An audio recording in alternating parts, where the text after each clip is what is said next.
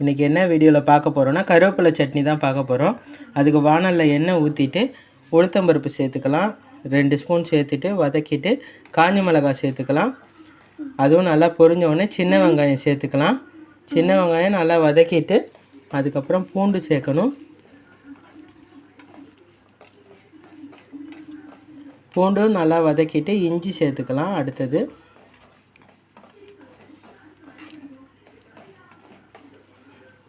இஞ்சி சேர்த்துட்டு எல்லாத்தையும் வதக்கிட்டு தனியா சேர்த்துக்கலாம்.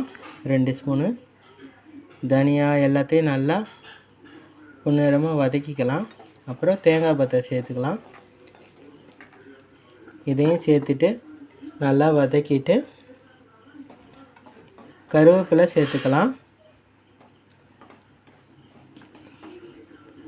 கருவேப்பிலை வந்து பார்த்திங்கன்னா அவ்வளோ நல்லது முடி வளர்கிறதுக்கு. இதில் ஏகப்பட்ட மருத்துவ குணம்லாம் இருக்குது. இதுக்கப்புறம் இது நல்லா ஆற வச்சுக்கலாம். ஒரு 10 நிமிஷம் ஆற வச்சுக்கலாம். அதுக்கப்புறம் ஒரு மிக்ஸி ஜாரில் சேர்த்துட்டு நல்லா நைஸாக அரைச்சிடலாம். அப்புறம் அரைச்சதுக்கப்புறம் எண்ணெய் ஊற்றிட்டு தாளிப்பு ரெடி பண்ணிடலாம். அதுக்கு 1 ஸ்பூன் கடுகு உளுந்தம்பருப்பு, ஜீரகம், கொஞ்சம் கருவேப்பிலை சேர்த்துட்டு நல்லா பொரிஞ்சதும் சட்னியில் சேர்த்துக்கலாம். அவ்வளோதான், சூப்பரான சுவையான டேஸ்டான கருவேப்பிலை chutney ready.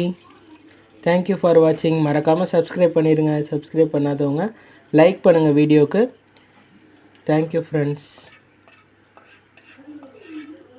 Thank you friends.